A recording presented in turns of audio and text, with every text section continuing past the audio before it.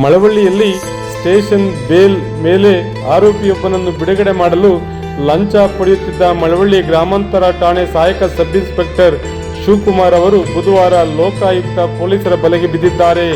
ಗಲಾಟೆ ಪ್ರಕರಣದಲ್ಲಿ ಮಳವಳ್ಳಿ ರಾಜೇಗೌಡ ಎಂಬುವರ ವಿರುದ್ಧ ಪ್ರಕರಣ ದಾಖಲಾಗಿತ್ತು. ಠಾಣೆಯಲ್ಲೇ ಜಾಮೀನು ನೀಡುವ ಮೂಲಕ ಪ್ರಕರಣ ಇತ್ಯರ್ಥಗೊಳಿಸುವ ಭರವಸೆ ನೀಡಿದ್ದ ಎಎಸ್ಐ ಶಿವಕುಮಾರ್ ಅವರು 10,000 ಹಣ ನೀಡುವಂತೆ ಡಿಮ್ಯಾಂಡ್ ಮಾಡಿದ್ದರು.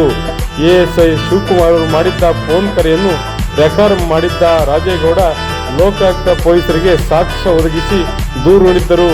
ಜೊತೆಗೆ ಬುಧವಾರ ರಾತ್ರಿ ಪೊಲೀಸ್ ಠಾಣೆಗೆ ತೆರಳಿದ ರಾಜೇಗೌಡರು ಶಿವಕುಮಾರ್ ಕೇಳಿದಂತೆ 10,000 ರು ಹಣವನ್ನು ನೀಡಿದ್ದಾರೆ. ಇದೇ ಸಮಯಕ್ಕೆ ಕಾದಿದ್ದ ಲೋಕಾಯುಕ್ತ ಅಧಿಕಾರಿಗಳು ತಕ್ಷಣವೇ ದಾಳಿ ನಡೆಸಿ ಲಂಚ ಸ್ವೀಕರಿಸುತ್ತಿದ್ದ ಎಎಸ್ಐ ಶಿವಕುಮಾರ್ ಅವರನ್ನು ರೆಡ್ ಹ್ಯಾಂಡ್ ಆಗಿ ಹಿಡಿದಿದ್ದಾರೆ. ಲೋಕಾಯುಕ್ತ ಎಸ್ಪಿ ಎಸ್ ಸುರೇಶ್ ಬಾಬು ನೇತೃತ್ವದಲ್ಲಿ ಡಿವೈಎಸ್ಪಿ ಸುನೀಲ್ ಕುಮಾರ್, ಇನ್ಸ್ಪೆಕ್ಟರ್ ಲಬಾಕ್ಷಮೂರ್ತಿ, ಬ್ಯಾಟರಾಯಗೌಡ ಮತ್ತು ಸಿಬ್ಬಂದಿ ಕಾರ್ಯಾಚರಣೆಯಲ್ಲಿ ಪಾಲ್ಗೊಂಡಿದ್ದರು. ಎಎಸ್ಐ ಶಿವಕುಮಾರ್ ಅವರನ್ನು ವಶಕ್ಕೆ ಪಡೆದಿರುವ ಲೋಕಾಯುಕ್ತ ಪೊಲೀಸರು ವಿಚಾರಣೆ ಮುಂದುವರಿಸಿದ್ದಾರೆ. ಮಳವಳ್ಳಿ ತಾಲೂಕಿನ ಸರ್ಕಾರಿ ಕಚೇರಿಗಳಲ್ಲಿ ಜನಸಾಮಾನ್ಯರ ಕೆಲಸಗಳು ಆಗಬೇಕಾದರೆ ಲಂಚ ನೀಡಲೇಬೇಕು.